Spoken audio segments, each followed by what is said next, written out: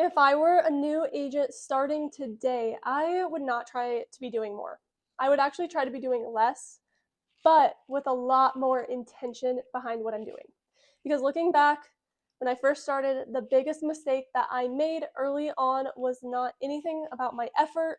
It was it was solely focused on my environment and trying to do everything all at one time. If we have not yet met, my name is Sophia and I'm a Colorado Realtor and the founder of The Branded Agent.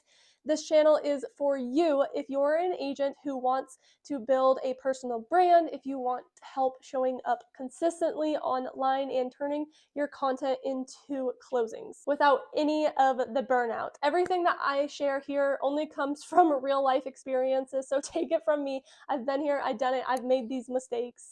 One of the biggest things that I would pay attention to sooner is the environment that I was in and who I maybe surrounded myself around. Early on, I was told many times that social media was not everything. And to a certain extent, I obviously agree. It's a real estate business. We have to do other things in social media. I agree. Social media is not everything, but social media is the reason I was able to cap in my very first year of real estate, as well as making over $100,000 in my very first year of real estate. That didn't happen by accident, you guys. I put a lot of work into my social media. I showed up consistently and I treated it like a skill and an asset to my business and not a side task. And when something is working for you, it should not be frowned upon. And when something is working for you, it should not be frowned upon. It should be supported, refined, and they should want to help you grow what's working for you. So the right environment doesn't tell you what to stop doing. It helps you get better at what is already working for you in your business. Another thing that I would change immediately is how I approached my content and how I approach showing up online. Most of us were posting, but you are not posting without a goal and without intention. You are posting because you feel like you should and you should check it off of the calendar for the day, like, yep, I got my content out of the way. It's just another thing I have to do.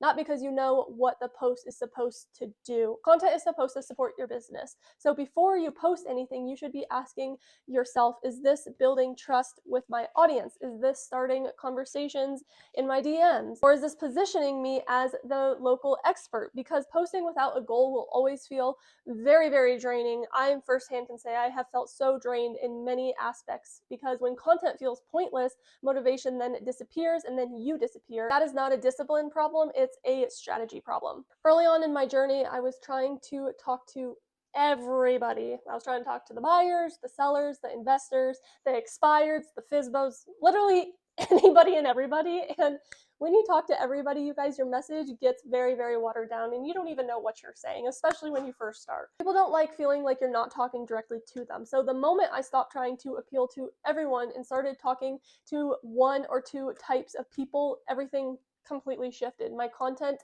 then became a lot clearer. I really love to focus on buyers. That's my thing. I obviously sell homes, I list homes, but I love buyers. Then my conversations became easier.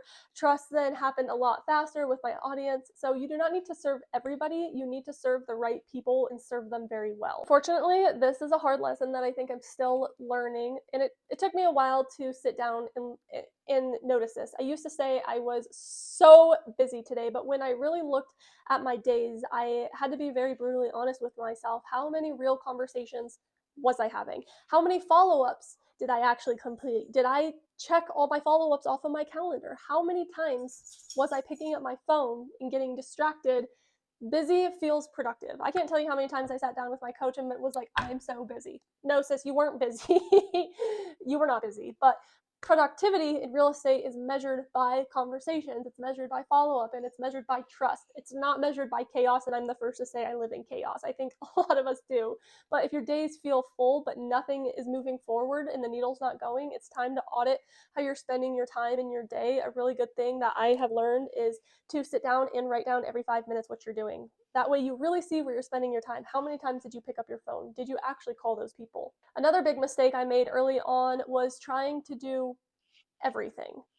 Every lead source, every strategy, every idea. I'm an idea girl. I have a lot of ideas.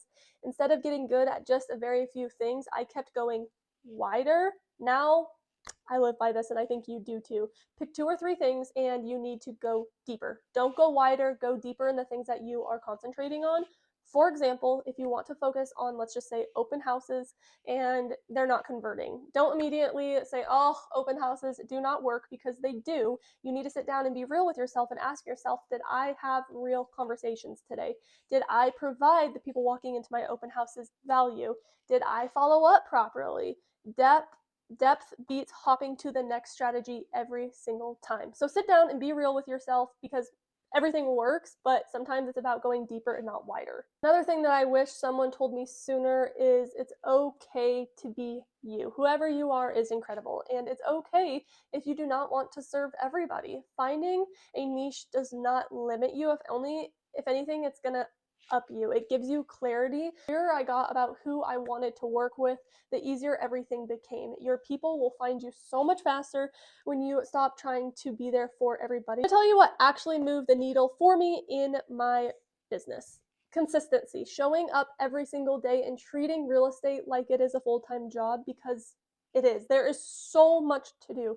If you want full-time income, you have to put in full-time effort.